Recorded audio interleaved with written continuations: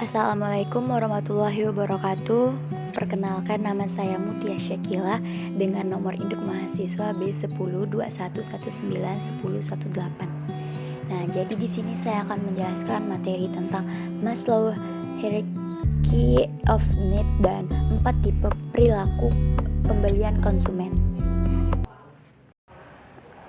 Oke, baik. Pertama saya akan menjelaskan tentang Maslow Hierarchy of Needs.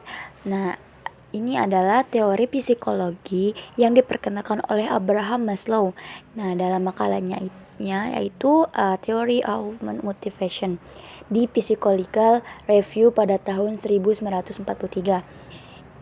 Ia beranggapan bahwa manusia memiliki kebutuhan dasar di tingkat lebih rendah yang harus dipenuhi oleh manusia itu sendiri, atau paling tidak cukup terpenuhi terlebih dahulu sebelum memenuhi kebutuhan yang lebih tinggi lainnya. Baik, selanjutnya saya akan menjelaskan latar belakang konsep hierarki ini. Nah, konsep hierarki ini adalah seperti yang dijelaskan saya tadi, pengertiannya bahwa konsep ini bermula ketika Maslow melakukan observasi terhadap perilaku salah satu hewan mamalia, yaitu monyet. Nah, berdasarkan pengamatannya inilah Maslow menyimpulkan bahwa beberapa kebutuhan lebih utama dari kebutuhan yang lainnya. Nah, inilah konsep dasar pendapat Maslow mengenai kebutuhan dasar manusia. Nah, contohnya pada manusia yaitu jika individu merasa haus ataupun lapar, maka individu tersebut akan cenderung untuk memuaskan rasa dahaga, lapar dan hausnya tersebut daripada harus memenuhi kebutuhan yang lainnya. Nah, bahkan beberapa orang rela mempertaruhkan nyawa mereka untuk kebutuhan makanan dan minuman itu sendiri. Individu dapat hidup tanpa tempat tinggal tetap. Hal ini membuat kebutuhan makan dan minum akan lebih mendesak untuk dipenuhi dibanding dengan kebutuhan lainnya. Baik, selanjutnya saya akan menjelaskan tentang piramida tingkat kebutuhan dasar manusia. Yang pertama ada kebutuhan fisiologis, yaitu kebutuhan yang paling dasar yang harus kita terpenuhi baik bagi seorang individu maupun kelompoknya. Nah, kebutuhan ini mencakup sandang, pangan, dan papan. Contohnya setiap individu haruslah memenuhi kebutuhan makan, minum, perumahan, dan pakaian, istirahat untuk tempat tinggal, dan menjaga kesehatan individu itu sendiri. Selanjutnya yang kedua itu ada menginginkan rasa aman atau safety needs. Nah, safety needs atau rasa aman ini di sini adalah kebutuhan kedua setelah yang pertama terpenuhi. Nah, pada kebutuhan kedua ini seorang individu pasti menginginkan agar terciptanya atau terpenuhi rasa aman. Nah, pada dasarnya kebutuhan rasa aman ini mengarah pada dua bentuk, yaitu kebutuhan keamanan jiwa dan kebutuhan keamanan harta. Selanjutnya ada menginginkan kasih sayang, love and belonging needs. Nah, atau social needs. Di sini adalah kebutuhan yang ketiga setelah kebutuhan kedua terpenuhi. Pada kebutuhan ini mencakup perasaan seseorang atau individu yang internal di dalam dirinya. Nah, seperti termiliknya cinta, kasih sayang, keluarga yang bahagia dengan suami dan istri, lalu memperoleh anak dari perkawinan yang sah, kemudian juga ada tergabungnya dalam organisasi sosial. Nah, organisasi di sini yang pastinya pasti mempunyai tujuan yang sama dan pasti di dalamnya ada kumpulan orang yang di dalamnya ada pastinya mempunyai rasa kepedulian serta rasa kasih sayang antar individual dalam organisasi tersebut.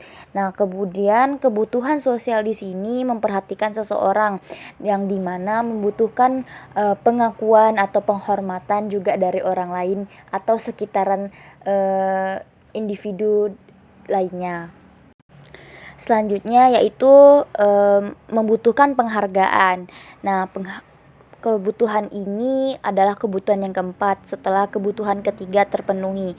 Nah, pada kebutuhan ini seseorang itu mencakup pada keinginan untuk memperoleh harga diri.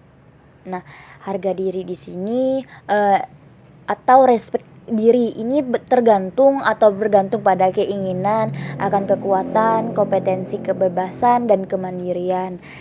Nah, ini juga bertalian dengan excitement motivation, dorongan untuk berprestasi. Pada tahap ini, seseorang itu memiliki keinginan yang kuat untuk memperhatikan prestasinya, serta ingin prestasi tersebut mendapatkan apresiasi dari orang lain.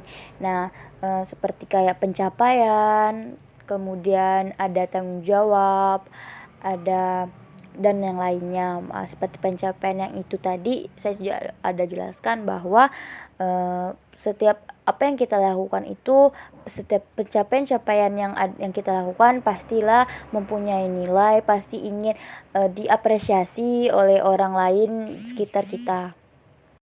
Selanjutnya ada aktualisasi diri, yaitu kebutuhan tertinggi dalam teori Maslow ini. Nah, pada tahap ini seseorang ingin terpenuhnya keinginan untuk mengaktualisasikan diri, yaitu ia ingin menggunakan potensi dalam dirinya itu dan mengaktualisasikannya dalam bentuk pengembangan diri. Nah, kondisi ini teraplikasi dalam bentuk pekerjaan yang sudah lebih jauh dan dari hanya sekedar rutinitas dan lainnya. Namun pada sisi yang jauh lebih menantang dan penuh dengan kreativitas, lebih tingkat tinggi dan dengan karya-karya yang luar biasa, serta merasa sangat patut untuk dihargai oleh orang lain atau oleh orang sekitarnya. Seperti itu. Baiklah, selanjutnya materi terakhir yaitu ada 4 tipe perilaku pembelian konsumen. Yang pertama ada pembelian pengurang ketidaknyamanan. Nah, di sini tidak jarang konsumen itu sangat terlihat dalam atau terlibat dalam pembelian, namun hanya melihat sedikit perbedaan antar merek. Nah, faktor-faktor yang menjadi pertimbangannya itu ialah barang yang sangat mahal. Nah, jarang dilakukan dan berisiko tinggi. Dalam kasus ini, pembeli akan memilih yang dengan sangat teliti dan hati-hati dalam mempelajari merek yang tersedia. Nah, jika konsumen menemukan perbedaan mutu di antara beberapa merek, ia mungkin pasti memilih harga yang lebih tinggi dengan pemikiran pasti memikirnya begini, ada uang, ada barang. Nah, jika ia menemukan perbedaan kecil, kemungkinan ia akan membeli harga hanya berdasarkan harga dan kenyamanan.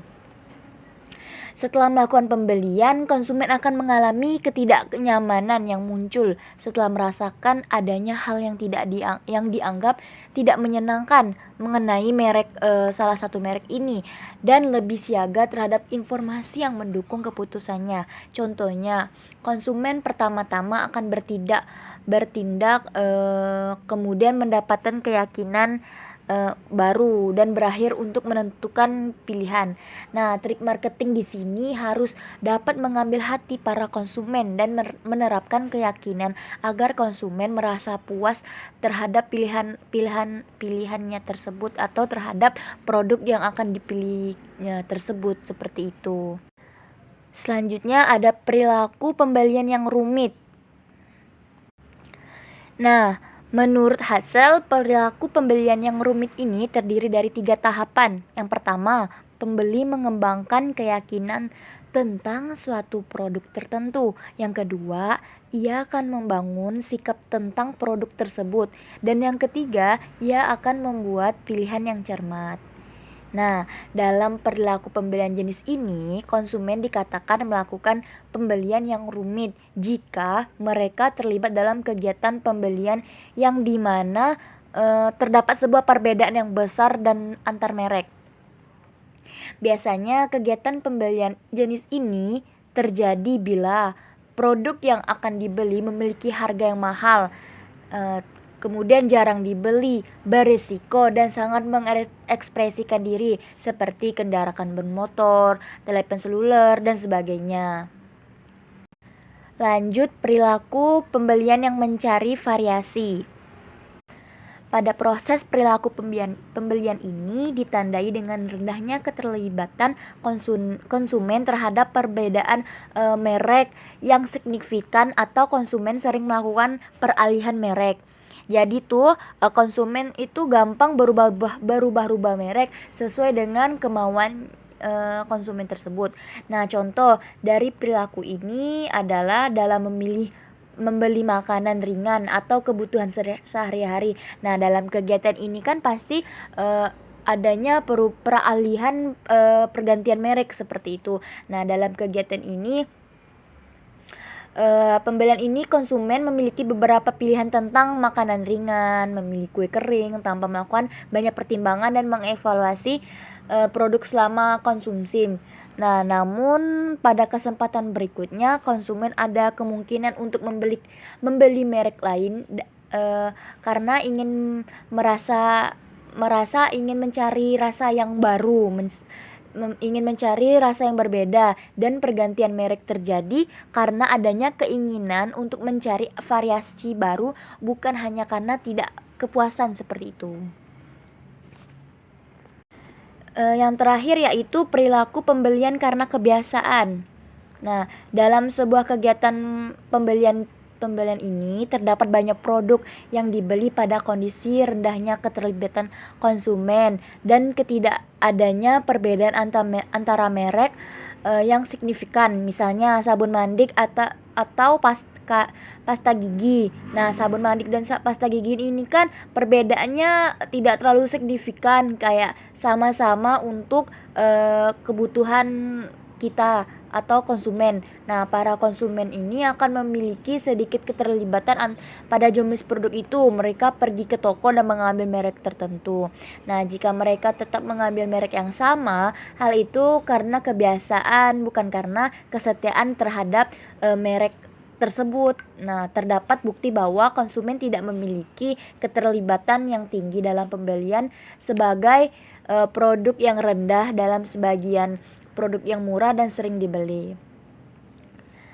Dalam perilaku pembelian jenis ini, para pemasar dapat melakukan 4 teknik untuk berusaha mengubah produk dengan keterlibatan rendah menjadi keterlibatan tinggi. Yang pertama, pemasar dapat mengaitkan produk dengan beberapa isu yang menarik keterlibatan, seperti ketika pasta gigi dikaitkan dengan usaha untuk mencegah gigi berlubang, gigi memutihkan gigi, seperti itu. Yang kedua, merek dapat mengaitkan produk dengan beberapa situasi pribadi, contohnya dengan mengiklankan kopi setiap pagi hari itu konsumen ingin mengusir rasa kantuk itu dengan meminum kopi.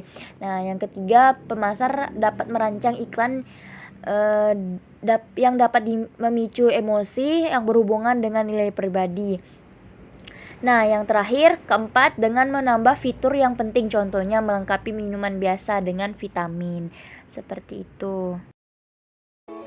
Baiklah, sekian dari penjelasan saya, kurang lebihnya saya mohon maaf.